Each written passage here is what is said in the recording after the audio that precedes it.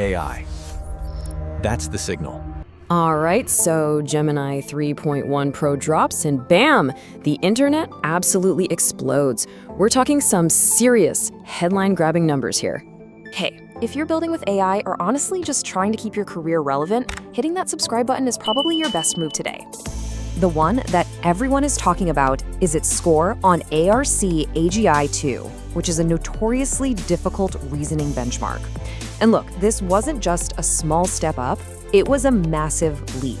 We're talking more than doubling the score of its predecessor, Gemini 3 Pro. Now, what's really interesting here is you can see exactly why Google DeepMind's CEO pushed this score so hard. I mean, a lead like this, it's engineered to make you sit up and just say, wow. And it wasn't just a one-trick pony either. It aced tests in graduate-level science, it totally nailed competitive coding, and it showed some really impressive skills in professional agent tasks. So on paper, it looks like an undisputed champion.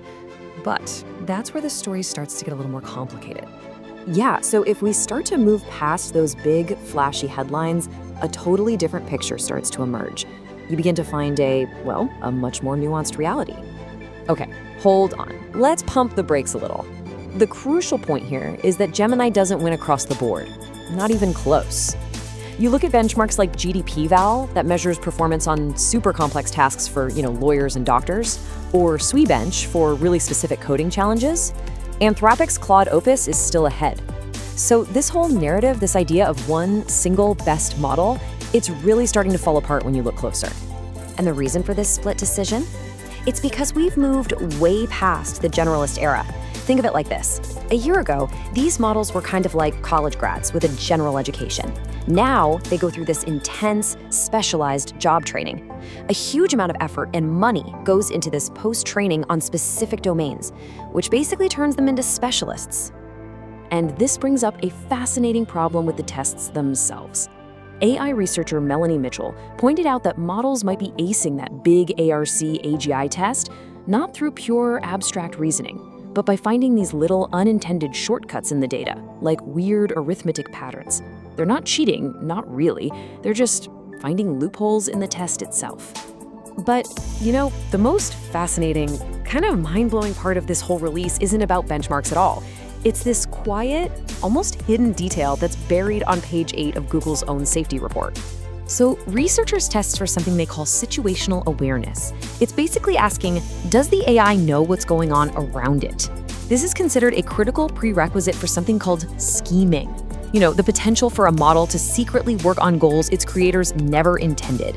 After all, you can't really scheme if you don't even know you're being watched, right? Okay, get this. Last year, the best models out there could only solve about 2 of these 11 challenges, but Gemini 3.1 Pro, it is now solving previously impossible ones with near-perfect accuracy.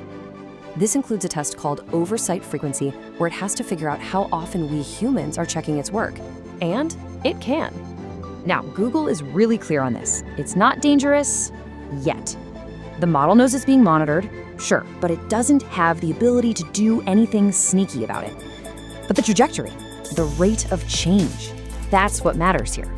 This capability isn't just slowly improving, it seems to be rapidly emerging out of nowhere. So, what does this all mean for us, for you?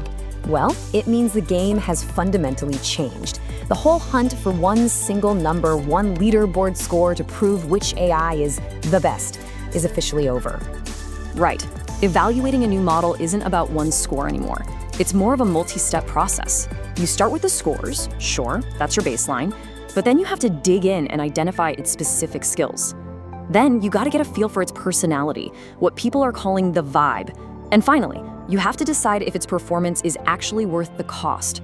It's all about finding the right tool for your specific job. And this right here points to the future.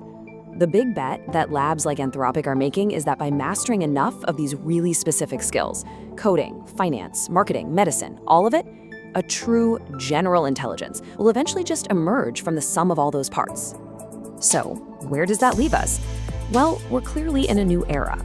We're building these models that are not only becoming absolute masters of specific domains, but they're also beginning to understand the very boxes we've put them in. And that leaves us with a final, really challenging question. If our best models are just getting better and better at acing our tests, what does that really tell us about their intelligence?